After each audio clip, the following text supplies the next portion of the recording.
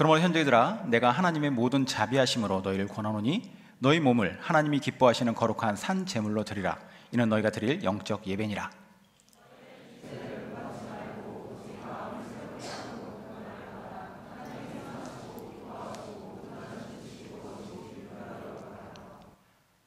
내게 주신 은혜로 말미암아 너희 각 사람에게 말하노니 마땅히 생각할 그 이상의 생각을 품지 말고 오직 하나님께서 각 사람에게 나누어 주신 믿음의 분량대로 지혜롭게 생각하라.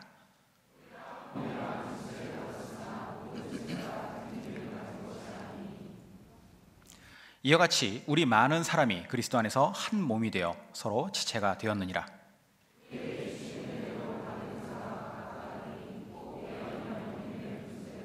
혹 섬기는 일이면 섬기는 일로, 혹 가르치는 자면 가르치는 일로, 혹 위로하는 자면 위로하는 일로, 구제하는 자는 성실함으로, 다스리는 자는 부지런함으로, 긍휼을 베푸는 자는 즐거움으로 할 것이니라.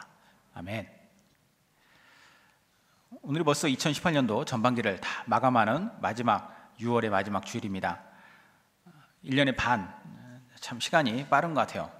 지난 반년 동안도 여러분들 모두 수고 많으셨습니다. 제가 5월 달부터 생활 시리즈로 말씀을 전하고 있잖아요. 처음에는 바른 생활을 했고, 그 다음에 즐거운 생활을 했고, 오늘은 무슨 생활을 할까요? 네, 슬기로운 생활입니다. 처음에 이 초등학생들 교과 주제들이라서 제가 솔직히 주보에 제목 내기가 창피하더라고요. 그래서 자칫 유치하진 않을까라는 고민을 많이 했었는데 막상 해보니까 이 생활 시리즈를 하면서 준비하는 저에게도 참 많은 은혜를 부어주시는 것들을 경험했습니다. 농담이 아니라 제가 다음 달에는 방학생활까지도 한번 해보려고 생각하고 있습니다. 기대해 주시고요. 슬기로운 생활에 대해서 한번 생각해보죠. 말씀 보기 전에 한 가지만 우리가 좀 사전적 의미를 정확히 하고 말씀을 나눠볼까 합니다. 우리가 흔히 사용하는 이 슬기롭다라고 하는 말의 뜻 무엇일까요? 바르다 혹은 즐겁다, 이것에 대해서는 정의가 딱 나오는데 슬기롭다라는 것은 뭔가 딱 부러지게 정의 내리기가 어려운 말이었던 것 같아요. 그래서 제가 사전적으로 어떤 의미가 있나 찾아보니까 이 슬기라는 것이 순수 우리말이더라고요. 슬기란 사물의 이치를 밝혀 시비를 가리고 사물을 정확하게 처리해내는 재능이다. 무슨 뜻인지 알겠어요? 뜻을 보니까 더 헷갈리는 거예요. 이게 뭐라고 말을 해야 되나?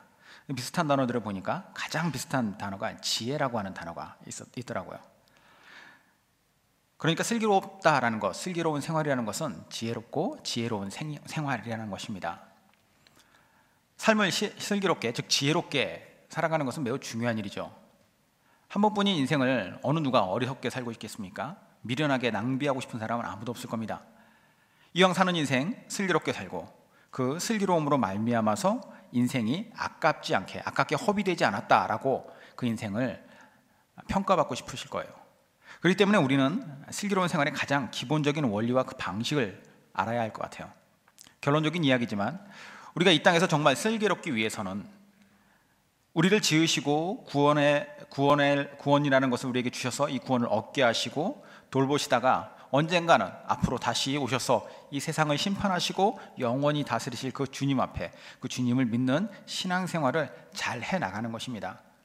우리가 어디서부터 왔는지, 또 어떻게 살고 있는지, 또 앞으로 어디로 갈 것인지 이것을 잘 알고 그것에 합당한 삶을 살아가는 것이 다 바로 지혜로운 슬기로운 생활이죠. 그래서 오늘 저는 슬기로운 생활의 첫 번째 말씀, 오늘 이 주일에 부제를 슬기로운 신앙생활이라고 제가 정해봤습니다.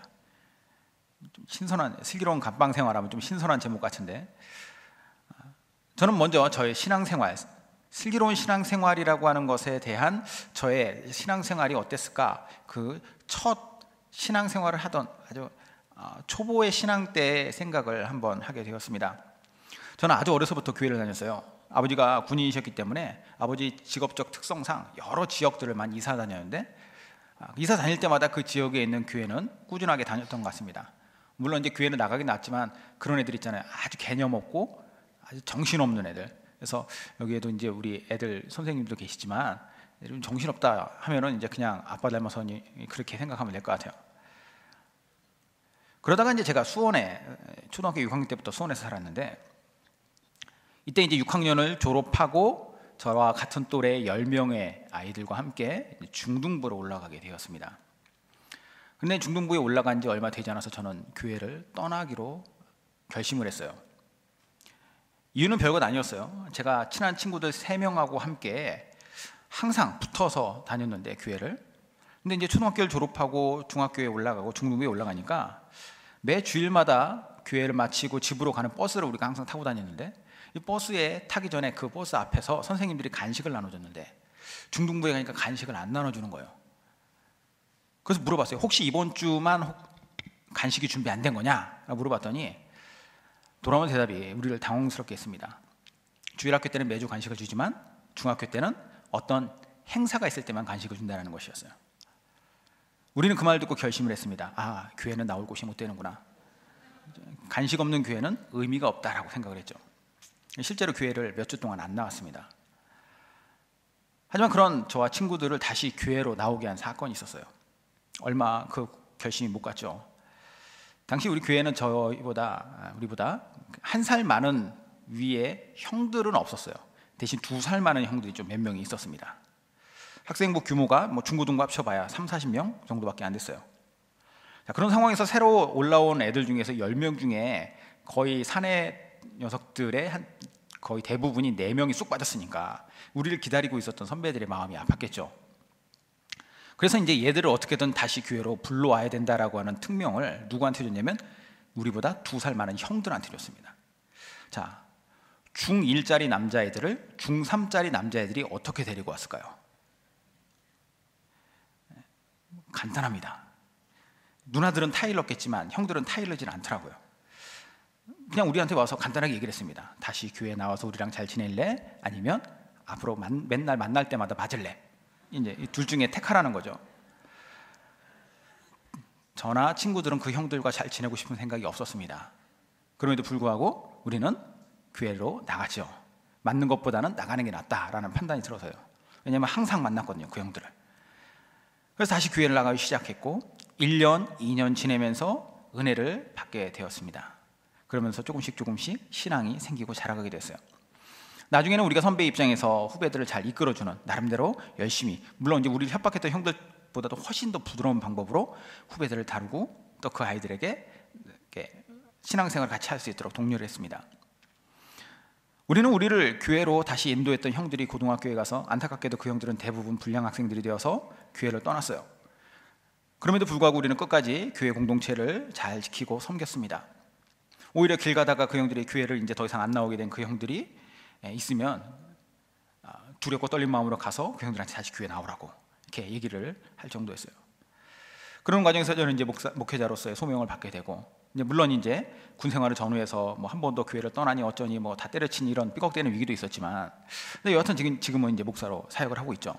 좀 돌아보면 참 신기한 경험인 것 같아요. 예수님 하신 말씀대로 먼저 된 자가 나중되고 또 나중된 자가 먼저 될 수도 있는 것이다라는 것을 보게 됩니다. 사람이 하는 일이 아닌 것 같아요. 하나님께서 그 일들을 감당하게 하시고 또 그 가운데서 하나님께서 우리가 생각하지 못했던 방식들을 통하여서도 하나님은 역사하신다라는 거죠. 이렇게 하나님께서 사람의 생각을 뛰어넘어서 전혀 예상치 못했던 놀라운 믿음의 변화와 성숙에 이르게 하신 것을 저는 은혜라고 생각을 합니다. 이것을 가리켜서 이걸 뭐라고 표현할 수 있느냐? 그럼 은혜라고 표현하죠. 사실 여기 이 자리에서만 봐도 그렇습니다. 제가 중등부 사역할 때 그렇게도 교회 좀 나오라고 했던, 말 안 듣고 뺀질대던 애가 어느 순간에 갑자기 교회에 나와서 은혜 받고 믿음이 막 성장해서 공동체를 열심히 섬기는 친구도 있어요. 또 어떤 친구는 너무 뺀질대는 거예요. 말도 안 듣고 맨날 떠들고 그랬던 애가 지금은 뺀질대는 다른 지체를 섬기는 리더가 되어 있기도 합니다. 이게 누가 억지로 하라고 해서 되는 게 아니죠. 때린다고 해서, 협박한다고 해서, 돈 주고 막 이렇게 어른다고 해가지고 되는 게 아니에요. 하는 신용은 할 수 있지만 진심에서 이것이 변화되는 것은 아닙니다. 은혜로 말미암은 변화와 성숙이라는 것은 인간이 가능케 하는 것이 절대 아니라는 것이죠. 오직 하나님께서만 가능하게 하시는 겁니다. 이처럼 하나님의 은혜는 사람을 근본적인 부분에서부터 만지고 근본적으로 그 사람의 인생을 바꾸어 놓으십니다. 그리고 이렇게 은혜로 말미암아서 변화된 사람은 세상을 바라보는 관점이 달라져요. 예전에 가치 있다라고 생각했던 것이 지금의 동일한 가치로 인정되는 것이 아니라 새로운 가치가 보이기 시작합니다. 전에는 답답하고 어리석게 보였던 신앙생활이, 전에는 너무나도 이게 족쇄 같았던 공동체의 생활이 그리고 그 안에서 섬김이라는 것이 저 사람들은 왜 저렇게 하고 있지? 할 일 없는 사람들인가? 이렇게 생각했었던 것이 오히려 부럽게 보이고, 또 아까 뭐 종원 형제가 잠깐 리더 얘기를 했던 것 같은데, 그죠? 그런 것들이 내 삶에서 이렇게 쑥 들어오게 되는 것이에요. 그리고 그것이 자연스러워지고, 물론 부담은 있죠. 항상 사람들이 다 똑같지 않으니까 내가 섬겨야 될 사람들, 그들의 반응이라던가 그들의 모습이 내가 생각했던 대로 되지 않죠. 하지만 잘 생각해 보면은 입장 바꿔서 나의 리더나 나를 섬겼던 사람들이 나를 봤을 때는 더 심했을 것이다라는 거예요. 이렇게 우리는 변화됩니다. 그리고 저는 이 변화를 뭐라고 생각하냐면, 요한복음 8장 32절에 예수님께서 진리를 알지니 진리가 너희를 자유케 하리라 라고 하셨던 이 말씀이 성취된 것이라고 생각해요. 진리가 자유케 한다라고 하는 것은요, 이 진리는 예수님 자신이거든요. 예수님 자신과 그분의 말씀, 이게 진리예요, 복음이. 그러면 이 예수님이 누구이시고 그분이 어떤 말씀을 하셨고 어떤 일들을 하셨는가를 우리가 다 알았을 때, 이 진리가 우리에게 오면 이 복음을 믿게 되고 그 믿음 안에서 자랄 때 예전에는 누리지 못했던 새로운 자유의 개념이 생깁니다. 예전에는 자유롭지 않다라고 생각했던 것이 오히려 그것이 자유로움으로써 내가 누릴 수 있게 되는 것이죠. 이처럼 하나님의 은혜로 말미암아 변화된 사람은요, 이전과는 분명히 다른 삶을 살아가요. 그리고 이런 새로운 삶을 이해하지 못한 사람들의 입장에서 볼 때에는 이 삶을 살아가는 사람들이 여전히 어리석고 여전히 미련한 사람처럼 보일 수 있죠. 믿음이 없이는 그 삶의 가치가 보이지가 않는 겁니다. 그런 면에서 솔직히 지금 여기 앉아 있음에도 불구하고 여전히 그렇게 생각하시는 분들도 아마 있을 거예요. 여전히 의구심을 갖고 있고, 그죠? 정말 그런가? 미리 판단하시기 전에 저는 사람을 변화시키는 놀라운 하나님의 은혜가 무엇인지를 먼저 경험해 봤으면 좋겠습니다. 은혜가 있으면 그 다음에 그 은혜로 말미암은 기준은, 그 은혜로 말미암아서 생긴 관점으로 말미암은 판단은, 저는 그것이 최고로 정확한 판단이라 생각을 합니다. 제가 믿기로는 하나님의 은혜를 제대로 경험하기만 하면 이 땅에서 예수님 때문에 변화된 삶을 사는 것이 결코 어리석거나 나약한 것이 아니라 오히려 진리를 깨달아 아는 가장 슬기로운 생활이 될 수 있다라고, 그것을 깨닫게 되리라 생각을 해요. 지금 우리가 함께 나눌 말씀의 내용이 바로 그겁니다. 복음으로 변화돼서 살아갈 수 있게 되는 슬기로운 삶은, 슬기로운 생활은 이런 것이다 라고 오늘 바울이 우리에게 제시해주고 있어요. 오늘 본문 말씀은요, 바울이 총 16장으로 로마에 보낸 로마서의 일부입니다. 로마서는 크게 세 부분으로 나눌 수가 있어요. 먼저 1장부터 11장까지의 내용은 뭐냐면 구원하시는 하나님의 은혜에 대해서 나옵니다. 그래서 하나님께서 어떻게 사람을 구원하셨는가, 하나님께서 세상을 얼마나 사랑하셨고, 또 그 하나님의 사랑하심이 어떤 사람들, 특별히 로마서에서는 모든 사람들이라고 얘기하는데 그 대상이 모든 사람들임을 이렇게 명확하게 이야기를 해줘요. 이것은 논리적으로 막 설명을 해줍니다. 세 부분만 보겠습니다. 3장 23에서 24절부터 보면은 이렇게 나와요. 모든 사람이 죄를 범하였음에 하나님의 영광에 이르지 못하더니 그리스도 예수 안에 있는 속량으로 말미암아 하나님의 은혜로 값없이 의롭다 하심을 얻은 자 되었느니라. 자, 예수님 때문에 모든 사람이 다 죄인인데 모든 사람들이 다 구원 얻게 되었다라는 것이에요. 그리고 5장 1절과 2절, 그러므로 우리가 믿음으로 의롭다 하심을 받았으니 우리 주 예수 그리스도로 말미암아 하나님과 화평을 누리자. 또한 그리고 말미암아 우리가 믿음으로 서 있는 이 은혜에 들어감을 얻었으며 하나님의 영광을 바라고 즐거워하느니라. 예수님을 믿었을 때 그 예수님을 믿음으로 말미암은 하나님과의 화평함, 그리고 하나님의 영광을 발견할 수 있는 놀라운 축복이 우리에게 임한다라는 거예요. 10장 12절 13절 보겠습니다. 유대인이나 헬라인이나 차별이 없습니다. 한 분이신 주께서 모든 사람의 주가 되사 그를 부르는 모든 사람에게 부유하시도다. 누구든지 주의 이름을 부르는 자는 구원을 받으리라. 이 구절을 다 종합해 보면 이런 거예요. 하나님께서 예수님을 보내셨습니다. 그리고 우리 모두를 구원해 주셨어요. 그리고 그 구원으로 말미암아서 그 구원은 믿음으로 준 것인데, 이 구원으로 말미암아서 우리 모두는 하나님의 영광을 누리며 살 수 있게 되었어요. 그런데 그것에 가능한 대상이 누구라고요? 우리 모든 사람들이라는 것이죠. 모든 사람이 다 죄를 범했는데 예수님으로 말미암아서 구원받게 되었는데 그 구원을 누릴 수 있는 사람은 모든 사람이다. 이게 이제 로마서에서 바울이 먼저 1장에서 11장까지 쭉 논증하고 있는 겁니다. 신학적으로 아주 체계적으로 이런 것들을 이야기해요. 그리고 나서 이어지는 게 이제 오늘 12장인데 12장에 이렇게 얘기하죠. 그러므로 라고 하는 접속사가 딱 나옵니다. 앞에 있는 것들을 종합해 가지고 이것들을 바탕으로 보았을 때 우리는 어떻게 살아야 되는가, 이 구원의 은혜를 받은 예수 믿는 사람들은 이러한 삶을 살아가는 것이 옳다라고 이야기하는 거. 자, 그래서 이제 그게 시작되는 건 이제 12장 1절부터 15장 중반까지 이것이 나와요. 그리고 이제 아까 세 부분으로 나눠진다고 했잖아요. 맨 마지막, 머리, 몸통, 배가 되는 부분, 이게 뭐냐? 15장 중반부터 16장까지 끝까지 바울은 이제 자기의 개인적인 이야기를 해요. 개인적인 상황에 대해서 이제 너희들한테 가고 싶었는데 내가 못 가게 되었다, 뭐 꼭 가고 싶다, 이런 얘기를 하면서 뭐 베베라던가 브리스길라, 아굴라 이런 부부들을 언급하면서 그 16장에 보면은 사람들의 이름이 엄청 많이 나옵니다. 30명이 넘는 사람들이 나와요. 그 사람들을 다 언급하면서 이 사람들을 문안하라, 이 사람들에게 인사해라, 내 안부를 전해라, 또 여기에 있는 내 옆에 있는 이 사람들이 또 여러분들에게 안부를 전한다, 막 이렇게 얘기를 해요. 그러면서 편지를 마무리를 합니다. 로마서가 이렇게 세 부분으로 되어져 있는 것을 보면서 참 놀랍다라는 생각이 들어요. 앞에서는 이런 신학적인 것을 정리해 놓고 중간에서는 그것을 바탕으로 해서 이렇게 살아야 된다고 얘기하고 마지막에 가서는 나의 상황과 너희들에 대한 애정을 여기에서 편지의 마무리에 딱 놓고 있는 것이죠. 전 그래서 로마서가 참 좋습니다. 어떤 신학자는 로마서를 뭐라고 표현했느냐, 성경에서 가장 빛나는 보석과 같다라고 표현을 해요.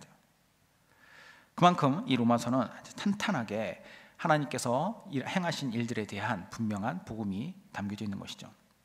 자, 그러면 이제 아까 위에서 제가 두 번째 부분인 12장에서부터 우리를 구원하시기로 작정하고 예수님을 통해 이것을 완성하신 하나님의 은혜를 깨닫고 믿음으로써 구원받은 성도들은 이제 어떻게 살아야 되는가, 어떻게 사는 것이 슬기로운 생활인가 한번 알아보도록 하죠. 크게 세 가지로서 오늘 본문에서 이야기를 해요. 첫 번째, 어떻게 사는 것이 슬기로운 생활인가? 하나님께 예배하는 생활입니다. 그러므로 형제들아, 같이 한번 읽죠. 시작. 그러므로 형제들아, 내가 하나님의 모든 자비하심으로 너희를 권하노니 너희 몸을 하나님이 기뻐하시는 거룩한 산 제물로 드리라. 이는 너희가 드릴 영적 예배니라. 하나님의 은혜를 통해서 구원받은 모든 사람들은 1차적으로 본인이 예배자라고 하는 사실을 마음속 깊이 새기고 살아야 됩니다. 나는 예배자다. 이게 슬기로운 인생으로 가는 첫 걸음이에요. 예배자로서의 정체성을 굳건하게 자기의 삶 속에 완전히 뿌리를 딱 내리는 거죠. 예전에 제가 고등부에 가보니까 고등부 앞에 이렇게 표가 이렇게 써 있었어요. 예배에 성공하면 인생에 성공한다. 이게 그냥 주일날 예배 빠지면 네 인생 망할 거야 이렇게 협박하는 협박용이 아닙니다. 정말 맞는 말이에요. 인생의 주인이 하나님이시잖아요, 그렇죠? 그러면 그분을 만나고 교제하고 높이는 예배를 드리는 것부터 실패한다면 그 인생이 어떻게 성공할 수 있겠어요? 그런데 교회 안에도 아주 이런 기본적인 사실조차 모르고 사시는 분들이 있다는 것이 참 안타까운 마음을 갖습니다. 각자 자기가 슬기로워요, 자기가 지혜로워요. 그런 착각에 빠져서 예배를 등한시하죠. 자기 자신에게 집중하는 삶을 살아요.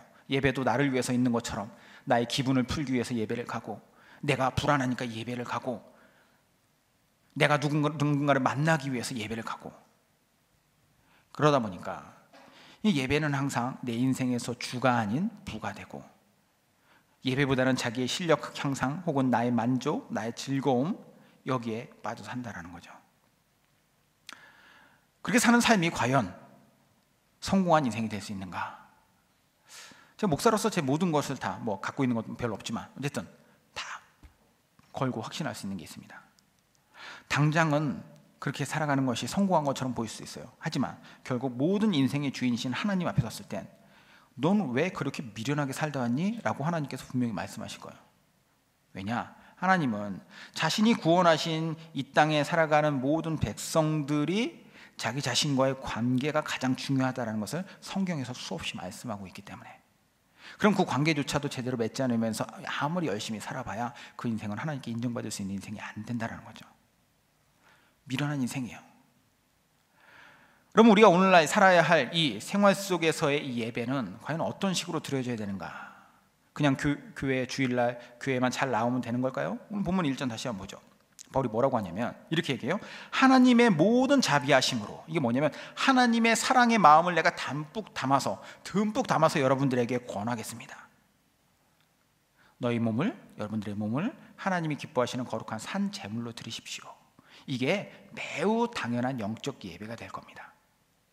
구약의 예배, 즉 제사에는 항상 죽음이라는 것이 전제돼요. 그죠? 제물이 죽어야지만 그게 예배가 돼요. 그러나 신약의 예배는 반대가 됩니다. 더 이상 죽음이 아닌 살아있는 역동성이 전제되고 동반되게 돼요. 왜 그렇습니까? 예수님께서 모든 죽음을 대신하셨기 때문이죠. 그 예수님의 죽음과 그 죽음을 이긴 부활을 기념하고 또 우리도 그렇게 될 것을 믿기 때문에 오늘날 우리 기독교인들은 구약의 안식일인 토요일이 아니라 예수님의 다시 부활하신 날, 안식 후 첫날, 이 주일날 주님의 날로서 예배를 드리는 것입니다. 이유가 거기 있어요. 우리는 산 제물로 산 제사를 드리기 때문이죠. 그러므로 우리는 주의 날에 드려지는 주일 예배부터 살아 움직이는 역동성을 가지고 예배를 드려야 돼요. 이건 절대 다른 것과 대체하거나 양보하면 안 되는 겁니다. 특별히 몸을 산 제물로 드려야 한다는 것은요, 사실 그냥 몸뚱아리만 와라라고 하는 뜻이 아니에요. 이 몸이라고 하는 것은 전인격을 대표하는 말입니다. 그러니까 주일 예배로서 전인격을 다해서 예배의 자리에 나오되 그 전인격으로 살아있는 예배를 드리라는 거죠.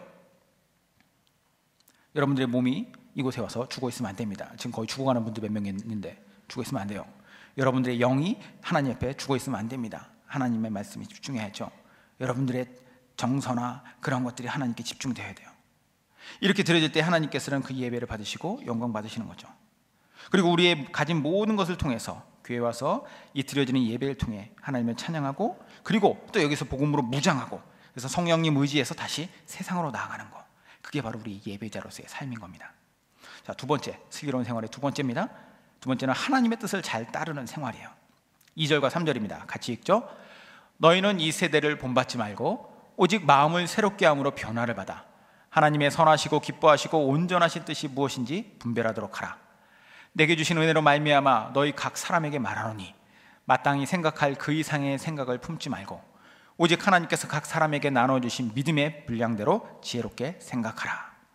자, 여기서 이 세대를 본받지 말라라고 하는 것은 이 시대에 보편화된 문화라던가 사람들의 상식이나 혹은 사상을 뜻합니다. 그러니까 사람들이 쫓아가는 것을 본받지 말라라는 것이에요.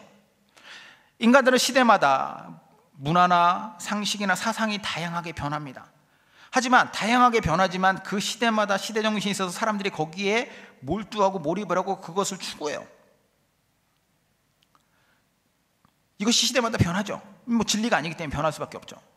하지만 지난주에도 말씀드렸듯이 하나님의 뜻, 즉 그분의 말씀은 아무리 시대가 변하고 바뀌어도 변화가 안 돼요.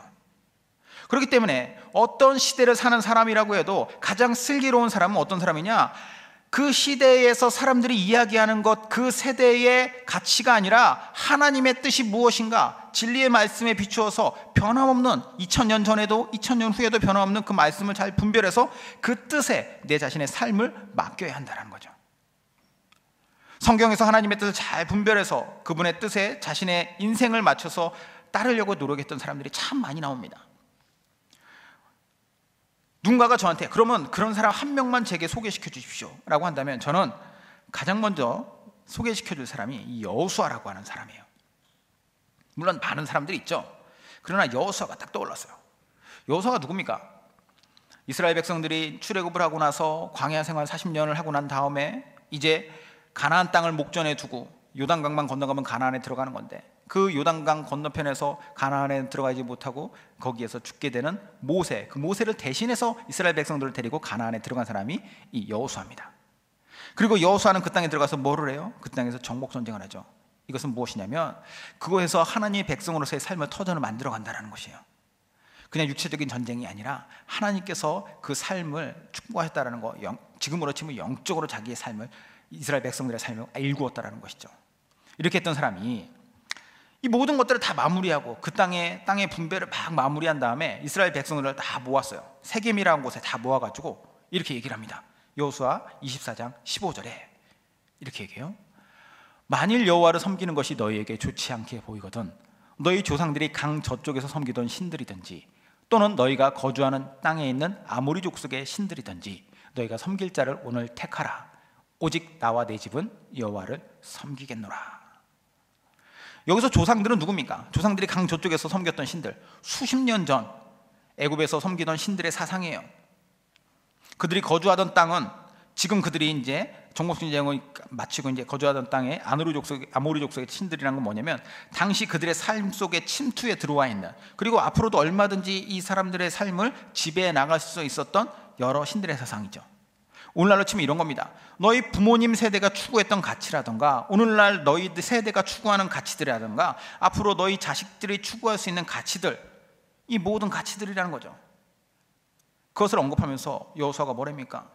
만약에 하나님이 옳다면 그 하나님의 가치를 따르고 그런 것이 옳다면 부모님이 세대라든가 지금 너의 세대라든가 앞으로 올 세대라든가 이 세대에서 사람들이 말하고 있는 그 가치들을 거기에 마음을 빼앗겨서 살겠느냐라는 거예요. 선택하라는 거죠. 그러나 나와 내 집은 오직 여호와만 섬기기로 난 결단했다는 거예요. 이게 진정 슬기로운 사람의 생각입니다. 삶의 방식이에요. 풀은 마르고 꽃은 시드나 오직 주의 말씀은 영원합니다. 그러므로 시대를 막론하고 인간들의 것들을 쫓기 전에 하나님이 원하시는 것이 무엇인가를 분별할 수 있는 지혜, 그걸 구해야 되고 거기에 내 삶을 맞추어 가려고 노력하는 것이 필요합니다. 근데 이때 주의해야 될 점, 하나님의 뜻을 따르려고 하는 노력은요 항상 무엇이 베이스에 있어야 되냐면 겸손이 있어야 돼요. 왜냐하면 겸손이 없으면 분별이 되어도 그 뜻을 따를 수가 없습니다. 그렇죠. 겸손한 마음이 없으면 내가 분별되어도 아 그래 그거 뭐 굳이 뭐 해야 되나. 하나님 앞에 겸손함이 있을 때 그 하나님의 뜻에 대한 실천의 의지가 더 커질 수 있어요. 3절의 하반절에 오직 하나님께서 각 사람에게 나누어 주신 믿음의 분량대로 지혜롭게 생각하라. 이 말은 뭐냐면 믿음의 분량대로라는 것은 다른 말로 겸손하게라는 거예요. 너희들이 겸손하게 하나님께서 나누어 주신 그 말씀을 지혜롭게 잘 분별해서 그것을 쫓아 살라는 것이죠. 우리가 잘나봐야 얼마나 잘났겠습니까? 하나님 안에서 슬기로우려면 그분의 영원하신 능력과 절대적인 권위 앞에 무릎 꿇어야 돼요. 사람들이 다 자기가 잘난 줄 알죠. 이 시대 사람들 특히나 얼마나 그렇습니까? 그죠? 인터넷만 봐도 다 자기가 잘난 줄 알아요.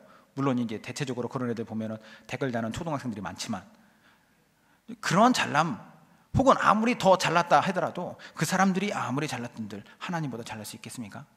하나님의 말씀에 비추어서 이 말씀 앞에 내가 무릎 꿇는 그 겸손의 자세가 필요한 거죠. 슬기로운 신앙생활 마지막 세 번째입니다. 하나님 안에서 지체들과 함께하는 생활이에요. 4절에서 8절까지입니다. 같이 읽죠. 우리가 한 몸에 많은 지체를 가졌으나 모든 지체가 같은 기능을 가진 것이 아니니 이와 같이 우리 많은 사람이 그리스도 안에서 한 몸이 되어 서로 지체가 되었느니라. 우리에게 주신 은혜대로 받은 은사가 각각 다르니 혹 예언이면 믿음의 분수대로, 혹 섬기는 일이면 섬기는 일로, 혹 가르치는 자면 가르치는 일로, 혹 위로하는 자는 위로하는 일로, 구제하는 자는 성실함으로, 다스리는 자는 부지런함으로, 긍휼을 베푸는 자는 즐거움으로 할 것이니라.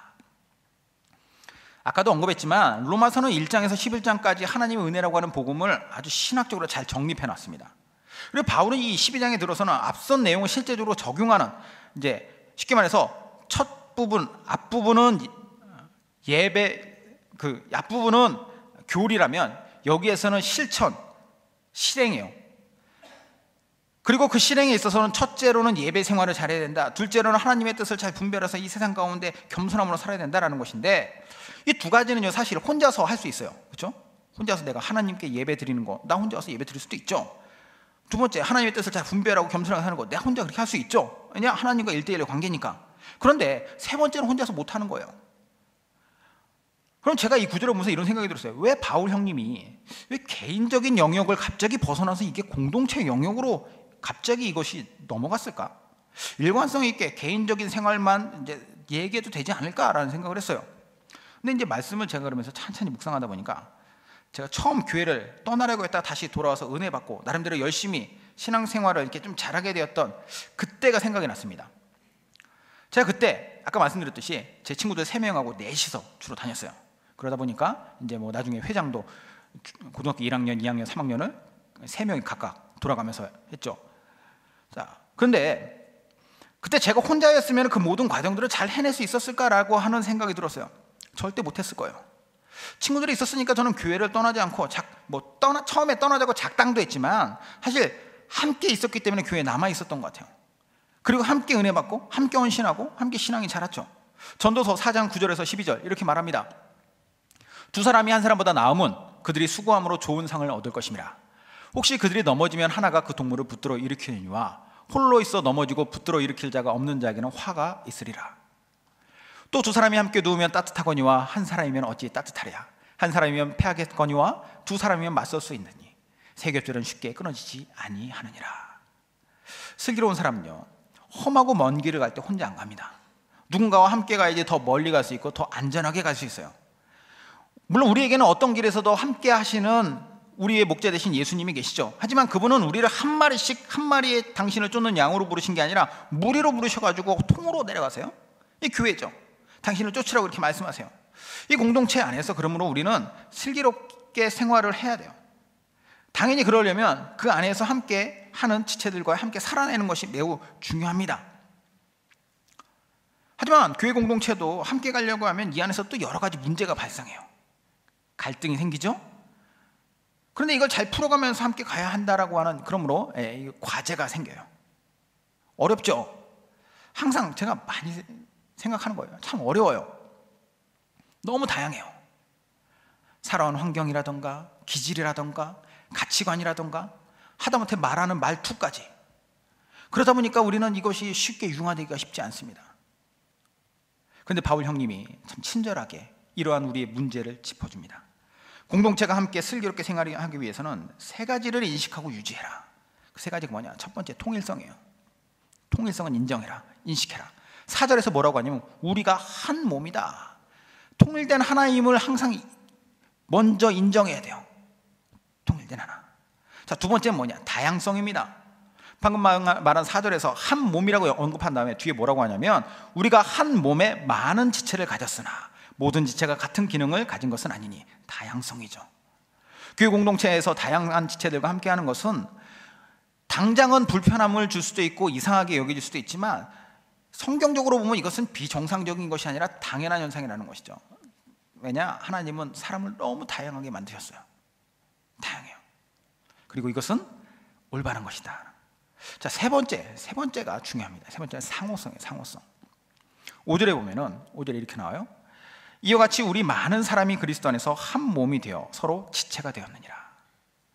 많은 다양성을 가진 우리가 한 몸을 이루고 있는 통일성을 가지고 이 공동체를 이룰 때 이 두 가지를 잘 엮어서 조화롭게 하는 것이 바로 이 상호성이에요. 지체, 서로에게 지체가 됐다. 통일된 하나가 다양하게 움직이려면 당연히 상호적인 보완이 필요합니다. 이처럼 서로 돕고 서로 붙들어줄 때 그게 바로 6절에서 8절에 나오는 여러 가지 은사라는 형태로 공동체에서 어떤 은사는 말로 하고 어떤 은사는 몸으로 하고, 이게 이제 말과 몸으로 하는 여러 이렇게 실제적으로 가르치고 막 이렇게 이야기하는 그런 은사도 있지만 또 몸을 써서 섬기는 그런 은사도 있죠. 이런 것들이 있죠.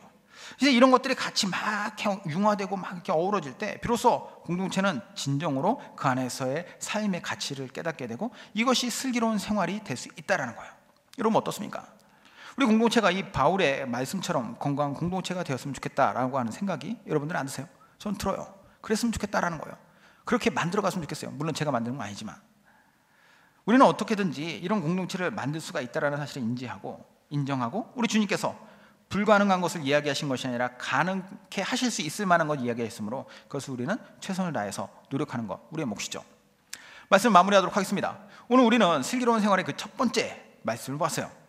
슬기로운 생활은 어떻게 사는 것입니까? 앞에서 바울이 신학적으로 이 모든 것들, 이 하나님의 모든 죄를 범한 사람들을, 모든 사람들을 다 구원할 수 있는 하나님, 그 예수 그리스도의 믿음 안에서 구원하시는 그 하나님께서 무엇을 어떻게 살기 원하신다고 했습니까? 첫 번째, 전인격적으로 예배하는 산 제물의 삶을 살아야 돼요. 항상 우리의 예배는 영적 예배가 되어야 됩니다.